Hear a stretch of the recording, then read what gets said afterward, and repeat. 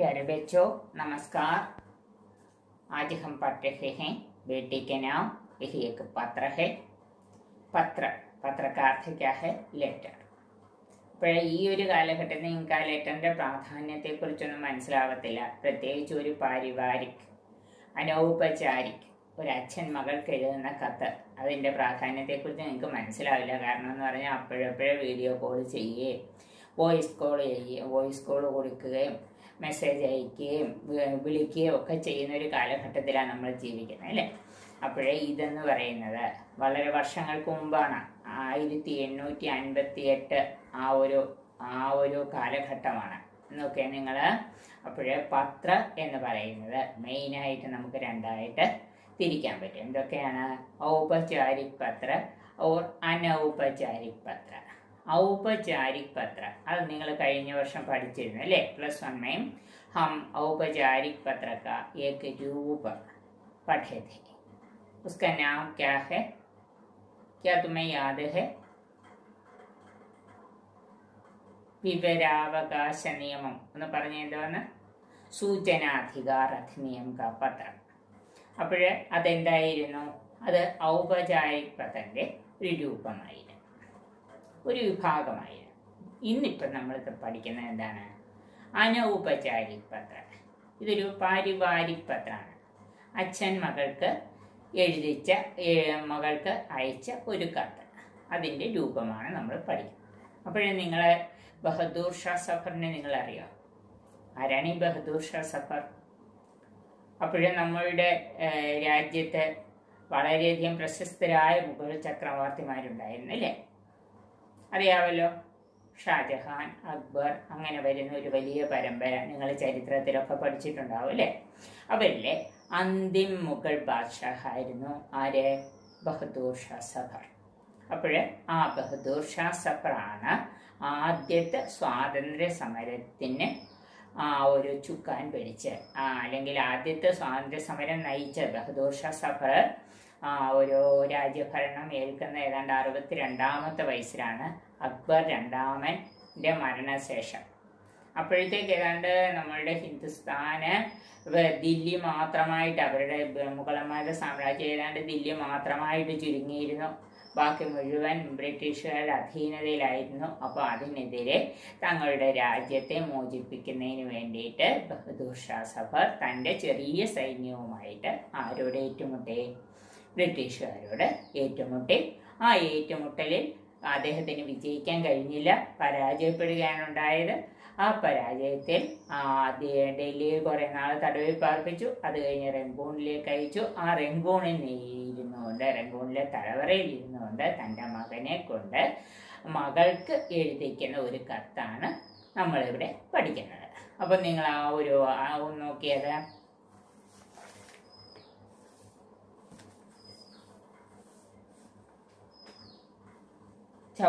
पृष्ठ संख्या 14. ब्रिटिश सरकार ने 1857 की स्वतंत्रता की पहली लड़ाई को परास्त कर दिया. അപ്പോൾ 1857 നടന്ന ആദ്യത്തെ സ്വതന്ത്രതാ സംഗ്രാം ആര് പരാജയപ്പെടുത്തി? ബ്രിട്ടീഷുകാർ പരാജയപ്പെടുത്തി. അതിന് നേതൃത്വം കൊടുത്ത ആരായിരുന്നു? ബഹദൂർ ഷാ സഫർ. उन्होंने दिल्ली के अंतिम मुगल शासक बहादुर शाह सफर को 4 दिसंबर 1958 को मगर नामक ബ്രിട്ടീഷ് യുദ്ധപോധ से റംഗൂൺ भेज दिया. അപ്പോഴേ യുദ്ധത്തടവുകാരനായിട്ട് പിടിച്ച ബഹദൂർ ഷാ സഫർ, നല്ല ഏജുണ്ട് അദ്ദേഹം. പിന്നെ ഭരണം ഏറ്റെടുക്കുമ്പോൾ തന്നെ 62 വയസ്സുണ്ട്. അപ്പോൾ ആ യുദ്ധത്തടവുകാരനായിട്ട് അദ്ദേഹത്തിനെ പിടിക്കുന്നു.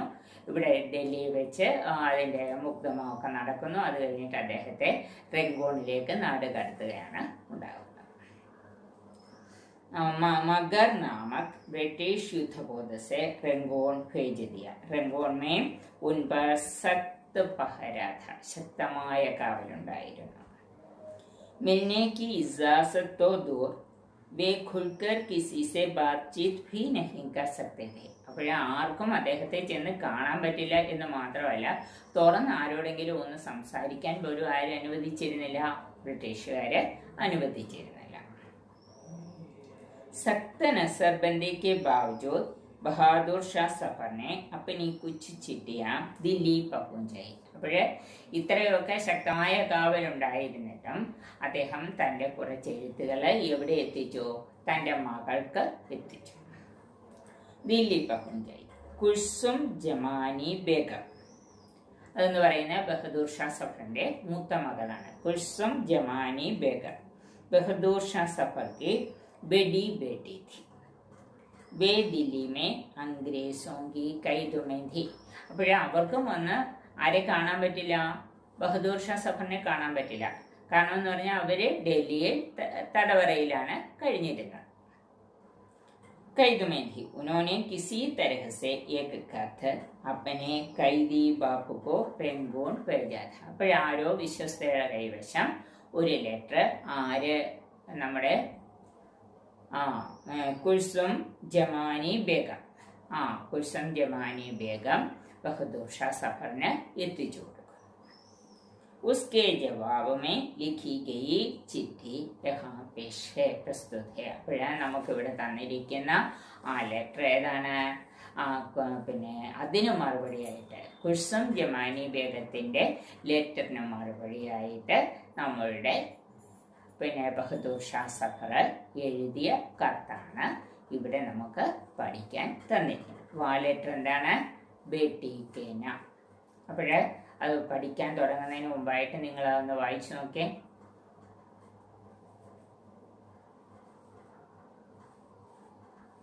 बेटे के नाम. प्यारी बेटिया, तुमने अपने कैदी बाप को खत भेजा. പ്രിയപ്പെട്ട മകളെ, നീ തടവറയിൽ കഴിയുന്ന നിന്റെ അച്ഛന് ലെറ്റർ അയച്ചിരിക്കുന്നു. खत क्या भेजा मेरी जान आंसू न माथा. खत അതിനെ ഒരു ലെറ്റർ എന്ന് പറയാൻ പറ്റും. ക്യാ ഭേജ അതൊരു കണ്ണീർ കഥ തന്നെയാണ്. അതൊരു കണ്ണീർ കഥയാണ്. आंसू न माथा. बेटे ने पढ़कर सुनाया. एक दफा सुना जी न भरा. फिर कहा बेटा. फिर सुनाना. फिर सुना वो भी रोया. मेरी आंखें भी आंसुओं से भीग गई. कहा बाबा एक दफा फिर पढ़ो. क्या लिखवाओ बेटी कि मुझ पर तुम्हारे खत का क्या असर हुआ. 3 दफा सुनने के बाद भी दिल को करार नहीं आया. देखिए, हम इसके नए शब्द से परिचित होंगे.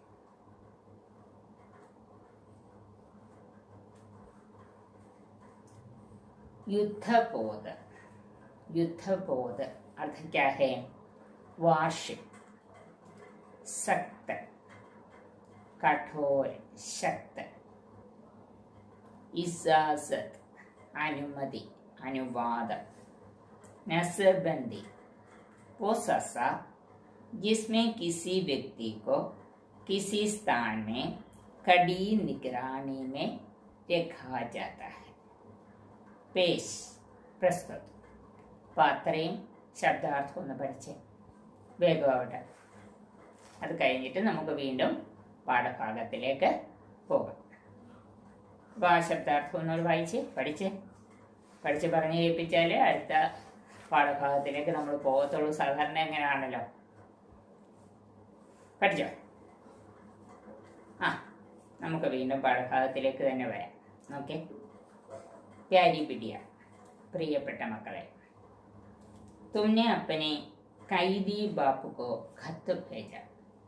നീ തടവറയിൽ കഴിയുന്ന, ഞാനിപ്പോൾ രാജാവൊന്നുമല്ല, ബാദ്ഷാഹൊന്നും അല്ല, ഡൽഹിയിലെ ബാദഷാഹ് എന്നുള്ള ആ പദവിയൊക്കെ എനിക്ക് നഷ്ടപ്പെട്ട് ബ്രിട്ടീഷുകാർ എവിടെ കൊണ്ടുവന്നിട്ടിരിക്കുകയാണ്? തടിയുടെ ഒരു ഇരുട്ട് കൂടാരത്തിൽ, എന്നെ വെറും 2-3 മുറികളുള്ള ഒരു തടിയുടെ ഇടിഞ്ഞു വീഴാറായ ഒരു തടിയുടെ കെട്ടിടത്തിൽ എന്നെ കൊണ്ടുവന്ന് ഇട്ടിരിക്കുകയാണ്.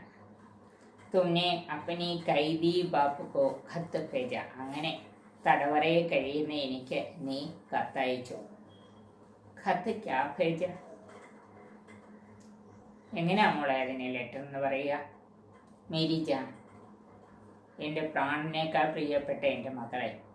ആസൂനാമാഥ, അതൊരു കണ്ണീർ കഥയായിരുന്നു. ബേട്ടേനെ പട്കർ സുനായ. അപ്പോഴേ പ്രായമൊക്കെ ആയില്ലേ? ആ ഒരു 62 വയസ്സിലാണ് ഭരണഭാരം ഏറ്റെന്ന് പറയുമ്പോൾ തന്നെ പിന്നീട് ഈ തടവറയിലൊക്കെ കഴിയുമ്പോൾ അദ്ദേഹത്തിൻ്റെ ആരോഗ്യസ്ഥിതിയൊക്കെ വളരെ മോശമാണ്. അപ്പോഴേ ആ ലെറ്റർ വായിച്ച് കേൾപ്പിച്ച മകനാണ്. അദ്ദേഹത്തോടൊപ്പം 2 മക്കളും കൂടി അദ്ദേഹത്തിൻ്റെ കൂടെ ആ തടവറയിലുണ്ടായിരുന്നു.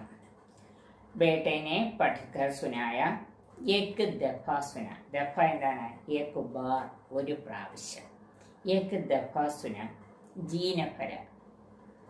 ആ ലെറ്റർക്ക് വായിച്ചിട്ട് അത് കേട്ട് മതി വന്നില്ല. കേട്ടത് പോരാ എന്നാർക്ക് തോന്നി? ബഹദൂർ ഷാ സഫറിന് തോന്നി. അദ്ദേഹത്തിന് തോന്നി എനിക്ക് ഒരു വട്ടം കൂടി എൻ്റെ മകളുടെ കത്ത് കേൾക്കണം എന്ന് തോന്നി. ഏക്ക് ദഫ സുന ജീനഫര ഫിർ കഹ ബേട്ട ഫിർ സുനാന. മോനെ ഒരു വട്ടം കൂടി വായിക്കും. ഫിർ സുന, വീണ്ടും കേട്ടു. ഓ ഫിരോയ, നിന്റെ ആ കത്ത് വായിച്ചിട്ട് അവൻ കരഞ്ഞു. മേരി ആംഖേ ഫി ആസുവും സേ ഫീഗ്. ആസു കണ്ണുനീര്, ഫീഗിന നനയുക. ആംഖ് കണ്ണ്, എൻ്റെ കണ്ണുകളും കണ്ണുനീരുകൊണ്ട് നനയും. മേരി ആംഖേ ഫി ആസുവും സേ ഫീഗ്. കഹ ബാബ ഏക് ദഫ ഫിർ പഠ്. മോനെ ഒരു വട്ടം കൂടി വീണ്ടും വായിക്കും. ക്യാ ലിഖ്വാവും ബേട്ടിക്ക് മുझ पर तुम्हारे खत का क्या असर हुआ? ഇപ്പോഴേ നിൻ്റെ ആ ലെറ്റർ വായിച്ചിട്ട് എനിക്കുണ്ടായ ആ ഒരു മാനസിക ഭാവം, അല്ലെങ്കിൽ എന്നിൽ ആ ലെറ്റർ ഉണ്ടാക്കിയ സ്വാധീനം എത്രയായിരുന്നു എന്ന് എനിക്ക് ഈ കത്തിലൂടെ നിന്നെ അറിയിക്കാൻ കഴിയുന്നില്ല. 3 ദഫാ സുनने के बाद भी दिल को करार नहीं आया. कराർ, രാഹത്ത്, ആശ്വാസം, സമാധാനം. ഇപ്പോഴേ 3 പ്രാവശ്യം ആ കത്ത് വായിച്ച് കേട്ടിട്ടും എൻ്റെ മനസ്സിന് ഒരു ആശ്വാസം എത്തിയില്ല. അല്ലെങ്കിൽ ആ കത്ത് വായിച്ച് എനിക്ക് കേട്ട് മതിയാവാത്തതുപോലെ എനിക്ക് തോന്നി. ആ ഒരു പാരഗ്രാഫ് ഒന്ന് വായിച്ചു നോക്കേ. തുമ്നെ അപ്പനെ കൈദി ബാപ്പ് को खत भेजा. खत क्या भेजा? मेरी जान आसोनामा था. आसोनामा क्या है? दर्द भरी वाणी. बेटे ने पढ़कर सुनाया. एक दफा सुना. दफा क्या है? दफा का अर्थ है बार, एक बार. जी नफरा, जी मन, मन नफरा, भरना निरेगा. फिर कहा बेटा फिर सुनाना. फिर सुना. एक दफा फिर पढ़ो. फिर कहा बेटा फिर सुनाना. फिर सुना. वो फिर रोया. मेरी आंखें भी आंसुओं से भीग गई. भीगना ननेगा. कहा बाबा एक दफा फिर पढ़ो. क्या लिखवाऊं बेटी कि मुझ पर तुम्हारे खत का क्या असर हुआ? 3 दफा सुनने के बाद भी दिल को करार नहीं आया. करार, രാഹത്ത്. ആ ഒരു പാരഗ്രാഫിൽ ഡൗട്ടൊന്നുമില്ലല്ലോ. അപ്പോൾ നമുക്ക് നെക്സ്റ്റ് പാരഗ്രാഫിലേക്ക് പോവാം. സച്ച് कहती हो दिल्ली वाले मुझको रोते होंगे. वे क्या यह नहीं जानते कि मैं भी उनको रोता. मैं तो जिंदा बैठा हूँ. वे तो बिना आई मौत मर गए. कितनों के बाप, कितनों के बेटे, कितनों के भाई फांसियों पर चढ़ गए. कितने बच्चे यतीम हो गए. कितनी औरतें बेवा हो गई. घर लूट गए नहीं बल्कि खोद डाले गए और उन पर हल चलवा दिए गए. अभी आ युद्ध का परिणाम, युद्ध का भीषण परिणाम, यही हम यहाँ देखते हैं। बादशाह क्या कहते हैं, बेटे ने खत में लिखा होगा, दिल्ली की जनता के मन में कितना दुख भरा हुआ है, उनकी यादों में उनके बादशाह किस तरह भरा है, उनके मन, उनकी यातनाएं क्या क्या है, ये सब खत में लिखा होगा। फिर पढ़कर वे कहते हैं, सच कहती हो, നീ പറയുന്നത് സത്യമാണ്. ദില്ലി വാലെ മുഷ്കോ രോത്തെ ഹോങ്കെ. അതെ, ഡൽഹി നിവാസികൾക്ക് എന്നെക്കുറിച്ച് ഓർത്ത് വല്ലാത്ത ദുഃഖമുണ്ടാകാം. വേ ക്യാ യഹ് നഹീ ജാൻതെ കി മേ ഭി ഉൻകോ രോത്താ ഹൂം.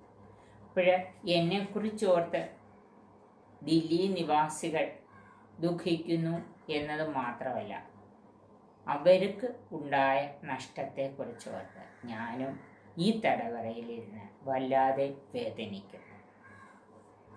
മേ ഭി ഉൻകോ രോത്താ मैं तो जिंदा बैठा हूँ. ഞാനിതാ ജീവിച്ചിരിക്കുന്നു.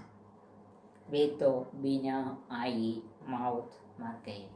അവരാണെങ്കിലോ അവർ ക്ഷണിക്കാതെ എത്തിയ മരണത്തിന് കീഴടങ്ങുകയാണ് ഉണ്ടായത്.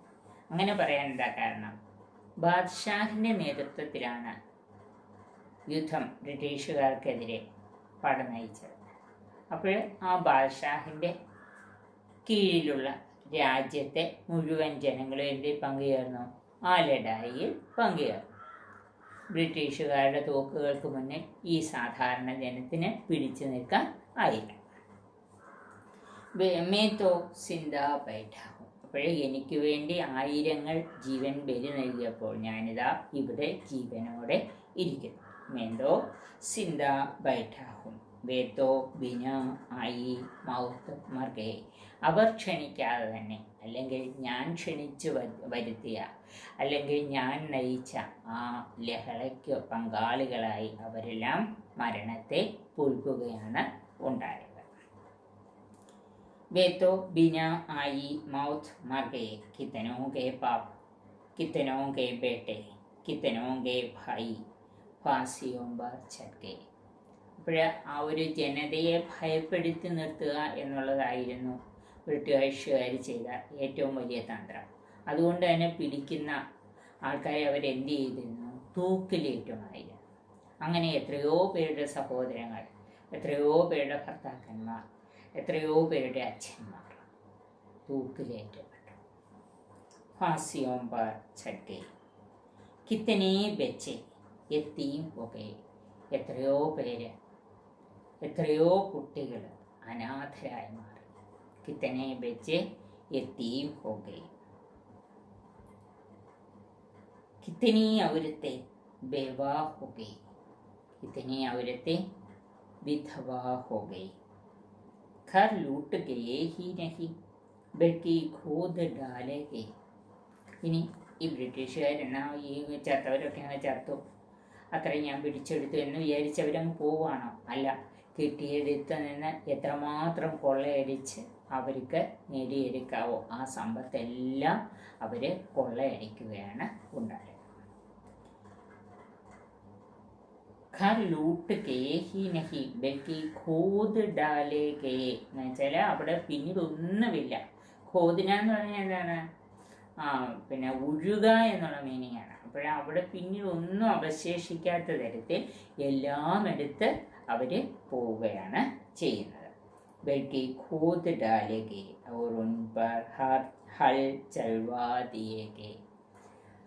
അപ്പോൾ ഉഴുതു മറിച്ച് അല്ലെങ്കിൽ മുഴുവൻ നഷ്ടഭ്രഷ്ടക്കരണം, അതിനെ നമുക്ക് ഒറ്റ വാചകത്തിൽ അങ്ങനെ പറയാൻ പറ്റും, നഷ്ടഭ്രഷ്ടക്കരണം. വാർത്ത ഒന്ന് വായിച്ചു നോക്കിയാൽ നിങ്ങളത്. സച്ചി കഹത്തി ഹോ ദില്ലി വാലെ മുഷ്കോ രോത്തെ ഹോങ്കെ वे क्या यह नहीं जानते कि मैं भी उनको रोता. बादशाह के मन में दिल्ली वालों के प्रति जो करुणा और दर्द वो यहाँ प्रस्तुत है. उनको रोता हो मैं तो സിന്ദാ बैठा हूँ. यही उनका दुख है. അദ്ദേഹം ജീവനോടെ ഇരിക്കുന്നു, പക്ഷേ അദ്ദേഹത്തിന് വേണ്ടി ആയിരക്കണക്കിന് പടയാളികൾ തങ്ങളുടെ ജീവൻ ബലിയർപ്പിക്കേണ്ടി വന്നു. मैं तो जिंदा बैठा हूँ. वे तो बिना आई मौत मर गए. कितनों गए बाप, कितनों गए बेटे, कितनों गए भाई, फांसी पर चढ़ गए. എത്രയോ പേരുടെ, എത്രയോ കുട്ടികൾ അനാഥരായിട്ട് മാറി, എത്രയോ സ്ത്രീകൾ വിധവകളായി, എത്രയോ സഹോദരന്മാരില്ലാത്തവരായി എന്ന് മാത്രമല്ല, അവർക്ക് എന്തൊക്കെ ഉണ്ടായിരുന്നോ അതെല്ലാം കവർന്നെടുത്തുകൊണ്ട് കൊള്ളയടിച്ചുകൊണ്ട് പോയി ബ്രിട്ടീഷുകാർ പോയി. അത്രയും ഭാഗത്തെ വേർഡ് മീനിങ് ഒന്ന് നോക്കിയേ.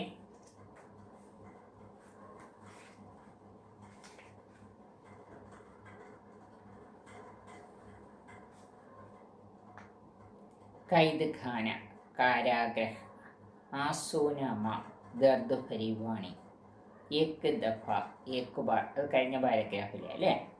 करार राहत फांसी पर चढ़ाना मृत्युदंड देना यतीम अनाथ बेवा विधवा हल चलाना ज्योतना. अब एक मीनिंग നമുക്ക് ഒന്നുകൂടെ നോക്കാം. पेश करना प्रस्तुत करना, कैद खाना कारागृह, आंसूनामा दर्द भरी वाणी, एक दफ़ा एक बार, करार राहत आश्वाസം, फांसी पर चढ़ाना मृत्युदंड देना, यतीम अनाथ बेवा विधवा. ഇനി ആ പാരഗ്രാഫ് വീണ്ടും ഒന്ന് വായിച്ചു നോക്കിയേ നിങ്ങൾ.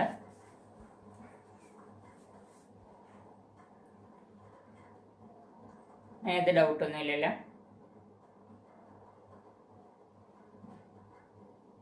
ഒരു 2-3 ക്വസ്റ്റ്യൻ ഒന്ന് എഴുതാവോ? എഴുതിക്കേ. यह पत्र किसका है? पत्र किसके नाम पर है? अंग्रेजों के आक्रमण से दिल्ली वासियों को क्या क्या നുക്സാൻ ഹുവ. അപ്പോൾ ഇത്രയും ഈ 3 ക്വസ്റ്റ്യൻ്റെ ആൻസർ എഴുതണം. അത്രയും വേർഡ് മീനിങ് പഠിക്കണം. അതിനുശേഷം നമുക്ക് നെക്സ്റ്റ് ക്ലാസ്സിൽ ഇതിൻ്റെ ബാലൻസ് എടുക്കാം. മില്ലെങ്കിൽ